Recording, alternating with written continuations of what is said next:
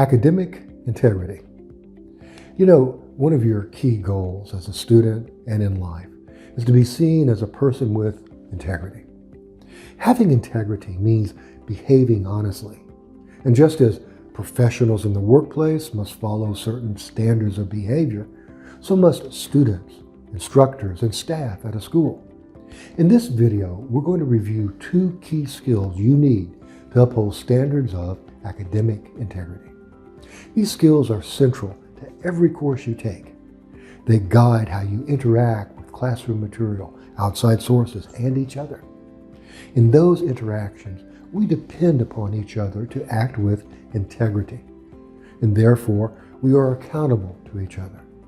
This accountability extends to how we use the work of others.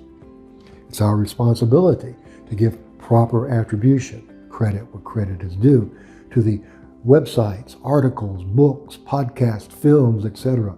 that influence what we create. When we fail to do so, we breach the trust of the community we're working in. And that's a type of academic dishonesty called plagiarism.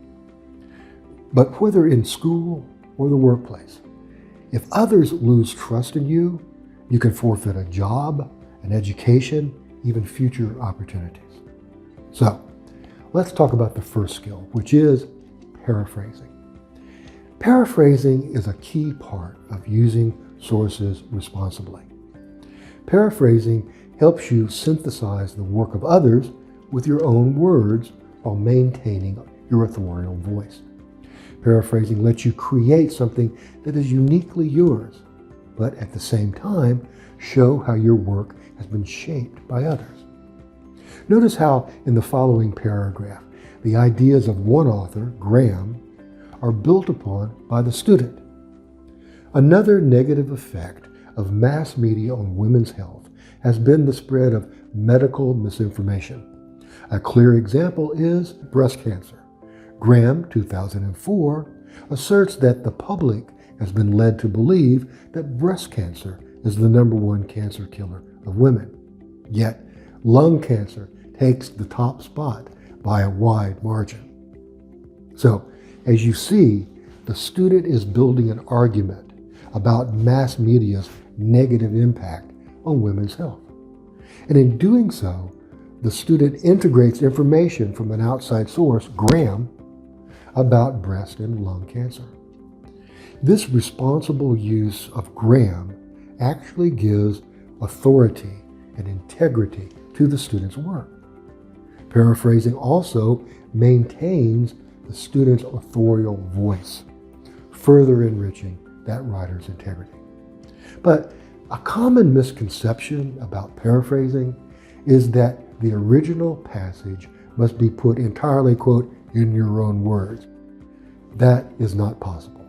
We know that articles, prepositions, and key words must be repeated. Responsible paraphrasing actually means rewriting the original into your own phrasing, knowing that you will need to repeat key words.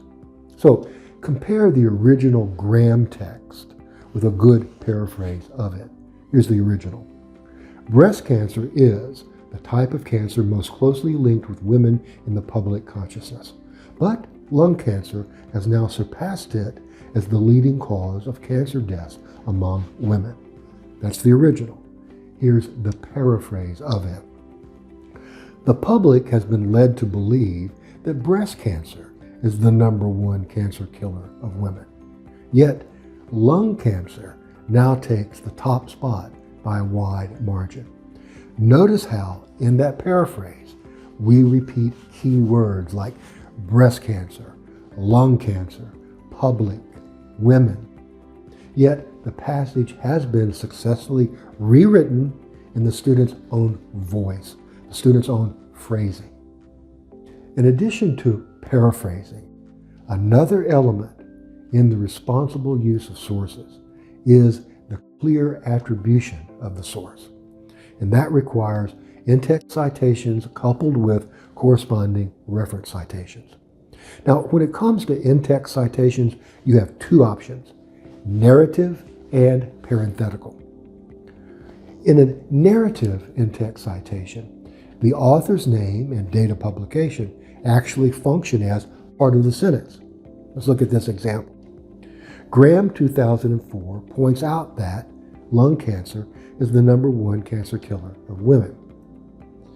However, in the parenthetical citation, the same information, Graham 2004, appears separately at the end of the sentence inside the parentheses. Lung cancer is the #1 cancer killer of women, parentheses, Graham 2004, period.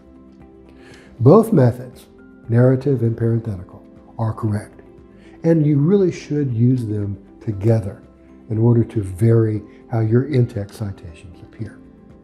Okay, our next big skill is quotations.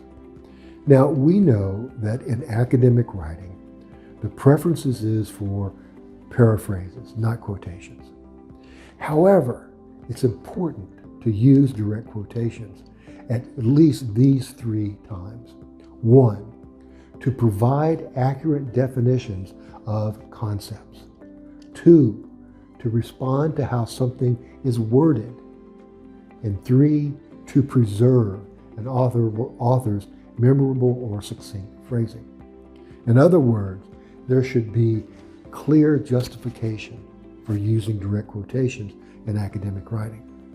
When quoting, it's important to avoid what is called hanging quotations.